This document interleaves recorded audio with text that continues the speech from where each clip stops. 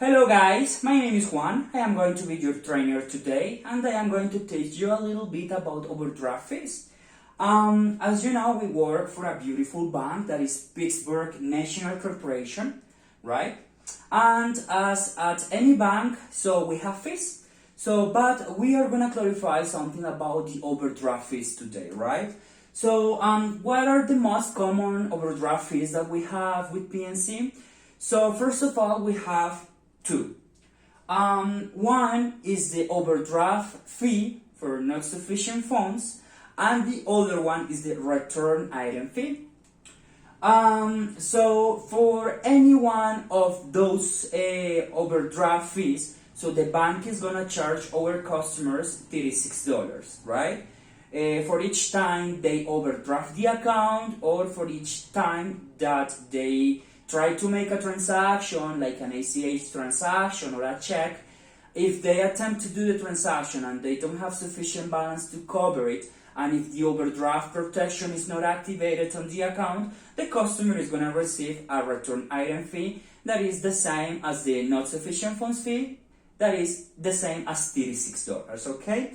So remember that for our customers with PNC, we are going to have a maximum of 4 overdraft fees per day. So if the customer overdraft the account multiple times the same day, so for return item fees, for not sufficient funds fee, even if the transaction was paid or not, maximum we are going to charge our customer 4 fees per day, $36 each one.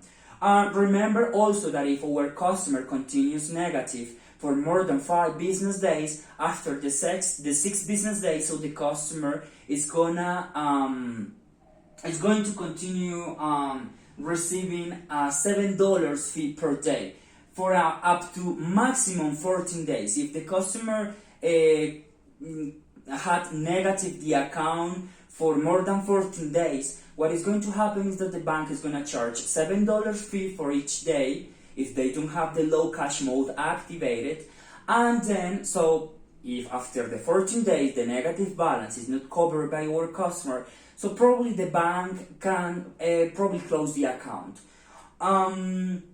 What is the difference between overdraft fees and return item fees? So I was telling you at the beginning that it's pretty easy, and pretty much it's like when the customer, if they don't have sufficient balance to cover the transaction, if the bank paid the transaction, so the customer is going to receive an overdraft fee, because if they don't have, for example, if they had $50 available on the account, but the item was $100, the bank is going to cover the other $50 missing for the remaining amount, but also is going to charge our customer an overdraft fee because the bank is paying the transaction, but as the customer didn't have sufficient funds to cover it, so the bank is going to take advantage of it and is going to charge our customer because of this favor that we are doing to them. All right.